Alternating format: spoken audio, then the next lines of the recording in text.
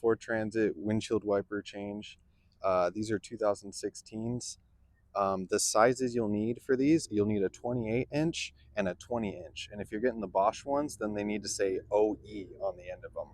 But if these ones are just Michelin silicone ones, I've already changed that one. But basically, they come up close. So we have this that comes on it immediately. You just press it to unsnap it there. Unsnap that. Take that off. You won't be needing that anymore. This is the piece you'll need. It just came with the kit. Looks pretty wild. It says C on it. But basically, has a little clip here that you just clip into place like that. Now we can take off the other windshield wiper, which comes off easy. All you have to do is just push this button right there. Slides right off. Take the new one now.